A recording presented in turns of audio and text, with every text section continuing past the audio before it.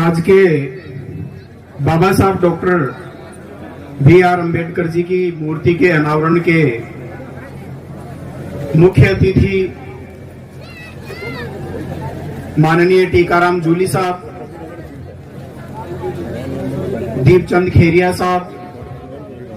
बाकी सभी सम्मानित सभी अतिथि, सम्मानित मंच,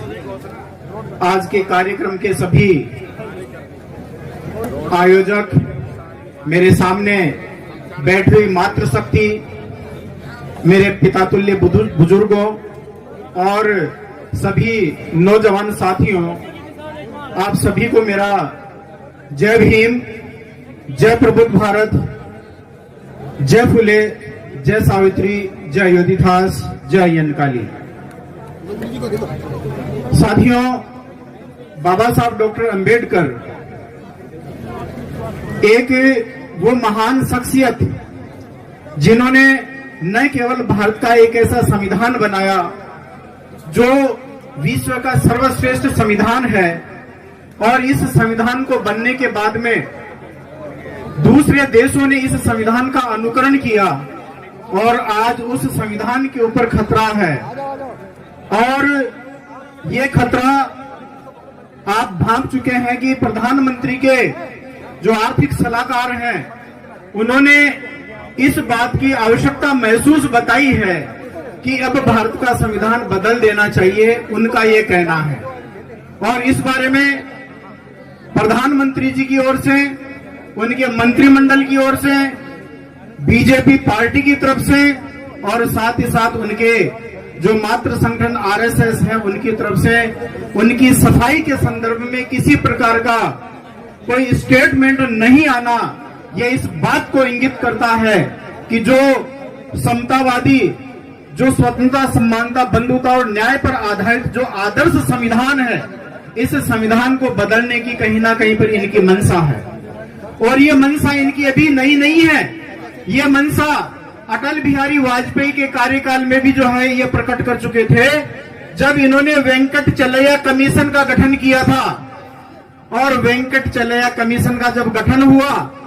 तो माननीय न्यायमूर्ति वेंकट चलैया ने भारत के संविधान की समीक्षा करने के साथ साथ में ये उन्होंने रिपोर्ट प्रस्तुत की कि इससे अच्छा संविधान अभी हो ही नहीं सकता,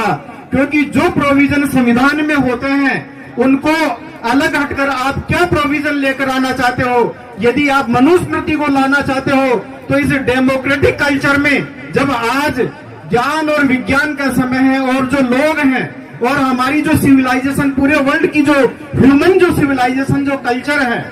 वो जब मंगल पर जा रही है, चांद पर जा रही है, और अभी कल ही आपने देखा कि हमारा चंद्रयान लॉन्च भी हुआ था, जब हम वहां पर जा रहे हैं, हम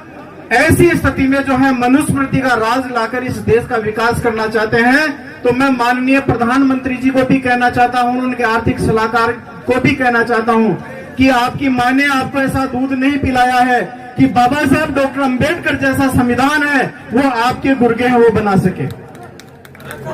इसलिए मैं